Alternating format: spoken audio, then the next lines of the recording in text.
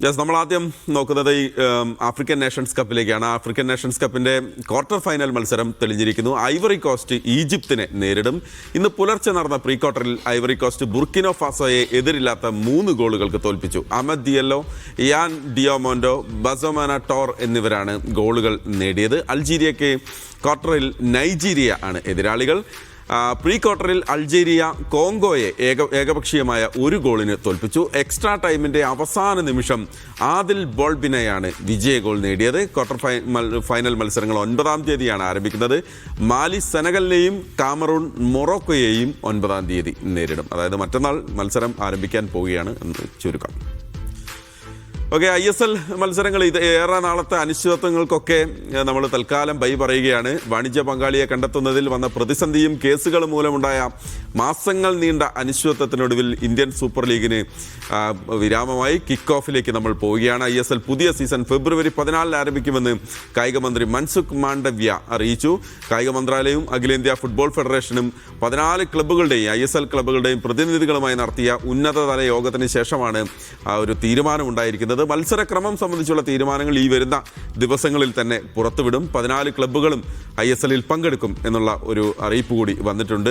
മൻസുഖ് മാണ്ഡവ്യ അത് കൃത്യമായി പറയുന്നു.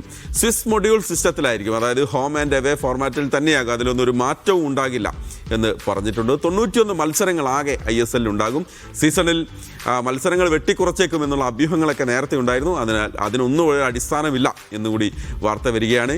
25 കോടി രൂപ ചെലവ് വരുമെന്നാണ് AFF പ്രസിഡന്റ് കല്യാൺ ചൗബെ പറഞ്ഞിരിക്കുന്നത്. AFFും വാണിജ്യ പങ്കാളിയും ചേർന്ന് ഈ തുക കണ്ടെത്തും എന്നുള്ളത് അറിയിച്ചിട്ടുണ്ട്. നമുക്ക് കുറെ കൂടി കാര്യങ്ങൾ സ്മൂത്താകും എന്നർത്ഥം. വാണിജ്യ പങ്കാളിയെ കണ്ടെത്താൻ സാധിക്കാതെ വന്നാൽ ഫെഡറേഷൻ തന്നെ 14 കോടി രൂപ ടൂർണമെന്റിനായി മാറ്റിവെക്കും. നേരത്തെ റിലയൻസിന്റെ കീഴിലുള്ള football sports development limited FSDL ആയിരുന്നു നേരത്തെ ISLൻ്റെ നടത്തിപ്പുകാർ. അപ്പോൾ അങ്ങനെ ആ കരാറ് മാസ്റ്റർ റൈറ്റ് അഗ്രിമെൻ്റ് ഉണ്ടായിരുന്നു. അത് കഴിഞ്ഞു പോയതിൻ്റെ സാഹചര്യത്തിലാണ് ഇത്തവണ അത് നീട്ടിവെക്കാനുള്ള ഒരു തീരുമാനം വന്നിരുന്നത്. കഴിഞ്ഞ ഡിസംബറോടുകൂടി ആ കരാറ് അവസാനിച്ചിരുന്നു. കരാറ് പുതുക്കുന്നത് സംബന്ധിച്ച് ചർച്ചകൾ തുടരെ നടന്നെങ്കിലും അതിലേക്ക് എത്തിയില്ല. അങ്ങനെ ഒരു സിറ്റുവേഷനിലാണ് ISL മാറ്റിവെക്കേണ്ടി വന്നത്. ഒരുപാട് ക്ലബ്ബുകൾ അവരുടെ പ്രവർത്തനങ്ങൾ നിർത്തിവെക്കുന്ന സാഹചര്യം ഉണ്ടായി. ഒരുപാട് താരങ്ങൾ വിദേശ ക്ലബ്ബിലേക്ക് ലോണിലും മറ്റുമൊക്കെയായി പോയി. കേരള ബ്ലാസ്റ്റേഴ്സ് ഉൾപ്പെടെയുള്ള ക്ലബ്ബുകളുടെ താരങ്ങൾ ഉൾപ്പെടെ പോയിരുന്നു. അപ്പോൾ അതിലൊക്കെ ഒരു അനിശ്ചിതത്വം ഇനി മാറുകയാണ്. കിക്ക് ഓഫിന് തയ്യാറെടുക്കുകയാണ് നമ്മൾ.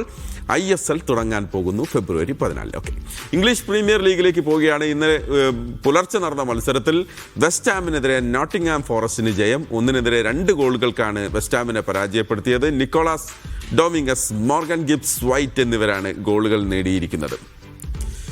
ഇംഗ്ലീഷ് പ്രീമിയർ ലീഗിൽ ഇന്ന് 8 മത്സരങ്ങളുണ്ട്. ചെൽസി ഫുൾഹാമിനെ നേരിടുമ്പോൾ മാഞ്ചസ്റ്റർ സിറ്റിക്ക് ബ്രൈറ്റൺ ആണ് എതിരാളികൾ. ടോട്ടനം ബേൺമൗത്തിനെയും മാഞ്ചസ്റ്റർ യുണൈറ്റഡ് ബേൺലിയെയും നേരിടും. എവർട്ടന് വോൾസ് ആണ് എതിരാളികൾ. ന്യൂകാസിൽ ലീഡ്സ് യുണൈറ്റഡും മത്സരവും ഇന്ന് നടക്കും. പുലർച്ചെ 1 മണിക്കും പുലർച്ചെ 1:45-നുമാണ് ഈ മത്സരങ്ങൾ നടക്കുന്നത്. അപ്പോൾ ഉറങ്ങാതെ കാത്തിരുന്നോളൂ EPLലെ വമ്പൻ പോരാട്ടങ്ങൾക്കായി.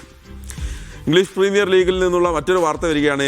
ലിയാം റോസ്നിയർ ചെൽസിയുടെ പരിശീലകനാകും. പുറത്താക്കിയ എൻസോ മറസ്കയ്ക്ക് പകരം 6.5 വർഷത്തേക്കാണ് 41-കാരനായ ഇംഗ്ലീഷ് ഫുട്ബോൾ ഇദ്ദേഹത്തെ റോസ്നിയറിനെ ചെൽസി എത്തിക്കുന്നത്. കരാറിലെത്തിയിരിക്കുന്നത് 6.5 വർഷത്തേക്കാണ്. ചെൽസി ഉടമകളുടെ ഫ്രഞ്ച് ക്ലബ്ബായ സ്ട്രാസ്ബർഗിൻ്റെ ചുമതലയായിരുന്നു അദ്ദേഹം ഉണ്ടായിരുന്നത്.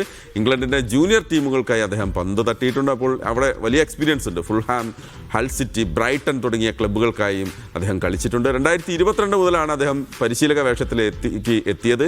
സ്ട്രാസ്ബർഗിനെ 63 കളികൾ അദ്ദേഹം പരിശീലകനായി ഉണ്ടായിരുന്നു. അതിൽ 32-ലും ജയിച്ചു എന്നുള്ളൊരു ട്രാക്ക് റെക്കോർഡ് കൂടി അദ്ദേഹത്തിനുണ്ട്. എന്തായാലും ചെൽസിക്ക് പുതിയ കോച്ചായി അരങ്ങേറാനുള്ള സമയമായി. ചെൽസിക്ക് പുതിയ കോച്ചായി റോസ്നിയർ എത്തുന്നു എന്നുള്ളതാണ് അവിടെ നിന്നുള്ള വാർത്ത. ആഷസ് അവസാന ടെസ്റ്റ് മത്സരം പുരോഗമിക്കുകയാണ്. ഇന്നിപ്പോൾ ഓസ്ട്രേലിയ അല്പസമയം മുമ്പ് 183 റൺസിൻ്റെ 1-ാം ഇന്നിങ്സിൽ ലീഡ് നേടിയിട്ടുണ്ട്. ഇംഗ്ലണ്ടിൻ്റെ 1-ാം ഇന്നിങ്സ് സ്കോറായ 384 റൺസിന് മറുപടിയായി ഓസീസ് 567 റൺസ് എടുത്തു. സ്റ്റീവ് സ്മിത്തും ട്രാവിസ് ഹെഡ് രണ്ടുപേരുടെയും സെഞ്ചുറിയാണ് ഓസീസിന് വലിയ കരുത്തായത്. 2-ാം ഇന്നിങ്സ് ഇംഗ്ലണ്ട് ഓപ്പൺ ചെയ്ത് തുടങ്ങിയിട്ടുണ്ട്. അവരുടെ 2 വിക്കറ്റുകൾ നഷ്ടമായിട്ടുണ്ട്. സാക്രോളിയുടെ വിക്കറ്റും ബെൻ ഡക്കറ്റിൻ്റെ വിക്കറ്റുമാണ് ഇതുവരെ നഷ്ടമായത്. വിജയ് ഹസാരെ ട്രോഫിയിൽ ഇന്നലെ നടന്ന മത്സരമുണ്ട്. അത് കേരളം വീണ്ടും ഒരു ജയം നേടി, ഒരു വമ്പൻ ജയം എന്ന് പറയാം. വിഷ്ണു വിനോദിന്റെ വെട്ടിക്കെട്ട് സെഞ്ചുറിയുടെ കരുത്തിലാണ് കേരളം പുതുച്ചേരിയെ 8 വിക്കറ്റിന് തകർത്തത്. അഹമ്മദാബാദ് നരേന്ദ്രമോദി സ്റ്റേഡിയത്തിൽ നടന്ന മത്സരത്തിൽ ആദ്യം ബാറ്റ് ചെയ്ത പുതുച്ചേരി 47.4 ഓവറിൽ 247 റൺസ് എടുത്തു. മറുപടി ബാറ്റിംഗിൽ കേരളം 29 ഓവറിൽ 2 വിക്കറ്റ് നഷ്ടത്തിൽ ലക്ഷ്യത്തിലെത്തി. 84 പന്തിൽ നിന്ന് 162 റൺസ് എടുത്ത വിഷ്ണു വിനോദാണ് കേരളത്തിന്റെ നായകനായി ഇന്നത്. 14 സിക്സറുകളും 13 ഫോറുകളും അദ്ദേഹം അടിച്ചുകൂട്ടി. ബാബ അപരാജിത് 69 പന്തിൽ 63 റൺസുമായി അദ്ദേഹത്തിന് വലിയ പിന്തുണ നൽകുകയും ചെയ്തു.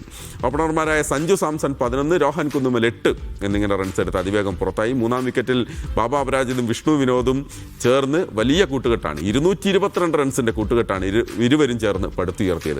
2 സിക്സറും 4 ഫോറും ബാബ അപരാജിതും അടിച്ചെടുത്തു. ഏതായാലും കേരളത്തിനായി ഒരു വീണ്ടും ജയം നേടി എന്നുള്ളതാണ്. പുതുച്ചേരിയെ പിടിച്ചു കിട്ടിയത് MD നിതീഷിന്റെ ബോളിംഗ് ആണ്.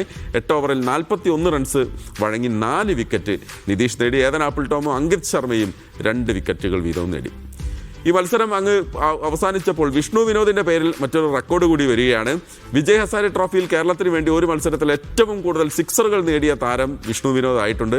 അദ്ദേഹത്തിന്റെ പേരിൽ തന്നെയായിരുന്നു 2019 ഛത്തീസ്ഗഡിനെതിരെ വിഷ്ണു 11 സിക്സർ അടിച്ചിരുന്നു. ഇന്നലെ അത് 14 സിക്സറാക്കി മാറ്റി. കഴിഞ്ഞ മത്സരത്തിൽ രോഹൻ കുന്നുമലും ഒപ്പം എത്തിയിരുന്നു. അതാണ് ഇപ്പോൾ 14 സിക്സർ അടിച്ച് വീണ്ടും വിഷ്ണു തിരുത്തിയത്. രോഹൻ എടുക്കുന്നു, വിഷ്ണു തിരുത്തുന്നു. ഓക്കെ, വിജയ് ഹസാരെ ട്രോഫിയിലേക്ക് തന്നെ നമ്മളൊന്ന് നോക്കുകയാണ്. തകർപ്പൻ പ്രകടനത്തോടെ ശ്രേയസ് അയ്യരുടെ തിരിച്ചുവരവ് നമുക്ക് കാണാം. ഇന്നലെ നടന്ന മത്സരത്തിൽ ഹിമാചൽ പ്രദേശിനെതിരെ മുംബൈയുടെ നായകനായി അദ്ദേഹം അർദ്ധ സെഞ്ചുറി നേടി. 53 പന്തിൽ 82 റൺസുമായാണ് അദ്ദേഹം ജയമൊരുക്കിയത്. ഹിമാചൽ പ്രദേശിനെ 7 റണ്ണിന് തോൽപ്പിച്ച മുംബൈ ക്വാർട്ടർ ഫൈനലിൽ പ്രവേശിക്കുകയും ചെയ്തു. കഴിഞ്ഞ വർഷം ഓസ്ട്രേലിയൻ പര്യടനത്തിനിടെ പരിക്കേറ്റ ശ്രേയസ് ഏറെ നാളായി പുറത്തായിരുന്നു എന്ന് നമുക്കറിയാം.